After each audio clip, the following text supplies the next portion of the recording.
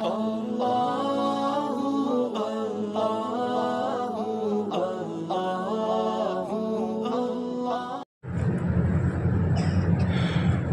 اللہ الرحمن الرحیم۔ محترم حضرات، زکوٰۃ کے مسائل میں بعض تفصیلات آپ احباب کی خدمت میں گزشتہ اسباق میں بیان کی گئی ہیں۔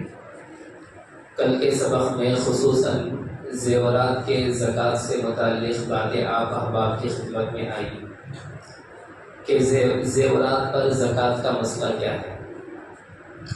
تو یہ بات بالکل واضح کر لینی چاہیے، استعمال کا جو زیور ہے اس پر باقاعدہ زکوٰۃ ہے، وہ زیور جو سونے اور چاندی کا ہوتا ہے۔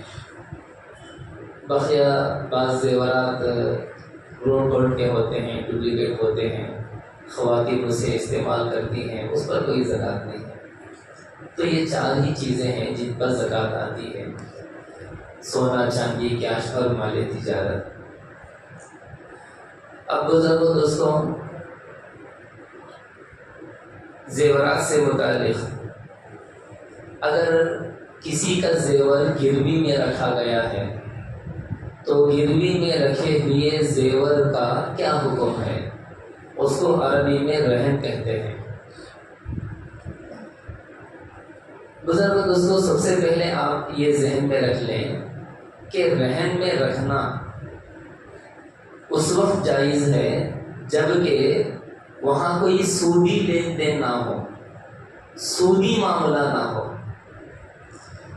آدمی کو زندگی میں ضرورت پڑتی ہے اور سامنے والے کو اعتماد اور بھروسہ ہونا ہوتا ہے، تو رہن کا کانسیپٹ شریعت میں اعتماد اور بھروسے کے لیے ہے کہ میں آپ کو کچھ رقم دے رہا ہوں، اس کے بدلے میں مجھے بھروسے کے لیے اور مجھے اطمینان کے لیے آپ اپنی کوئی چیز رکھتے ہیں رہن میں، تو یہ ٹھیک ہے، یہ جائز ہے۔ یہ آدمی اپنی کوئی چیز رکھ دیا سامنے والے کے پاس اور اس نے کچھ قیمت بطور قرض کے دے دی۔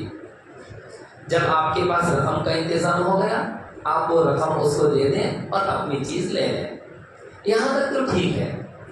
لیکن بزرگوں دوستوں، رہن کے نام سے، گروی کے نام سے جو سودی قرضے دیے جاتے ہیں، سودی لین دین ہوتا ہے، وہ تو بالکل حرام ہے۔ سود لینا جیسے گناہ ہے، سود دینا بھی گناہ ہے۔ سودی قرض لینا بھی گناہ، سودی قرض دینا بھی گناہ۔ اللہ اکبر، ہم نے تو اس سے پہلے بھی یہ حدیث آپ کو بتائی تھی، لینا دینا تو دور کی بات، سودی قرض کو لکھنے والا بھی اللہ کی لعنت کا مستحق ہے۔ سودی قرض میں وٹنس بننے والے پر بھی اللہ کی لعنت ہے۔ سب گناہ میں شریک ہے، سب برابر ہے گناہ میں۔ عاقلہ موکلہ کاتبہ شاہدہ سوا، سب برابر۔ سود کھانے والا، کھلانے والا، سودی معاملے کو لکھنے والا اور سودی معاملے میں وٹنس بننے والا، سب گنہگار ہیں۔ میرے بھائیوں، میرے عزیزوں، میرے بزرگوں، سوکھی روٹی کھا کر گزارا کرنا پڑے کرو، لیکن سودی قرضوں میں مت جاؤ۔ فَأَذَنُوا بِحَرْبٍ مِّنَ اللَّهِ، کہا اللہ نے، یا تو تم سود چھوڑو یا تو اللہ سے جنگ کرنے کے لیے تیار ہو جاؤ۔ اتنا عام ہو گیا ہمارے معاشرے میں سود، اتنا عام ہو گیا، کسی نہ کسی بہانے سے سود ہمارے معاملات میں اور ہمارے گھروں میں گھس گیا، سود کسی نہ کسی بہانے سے۔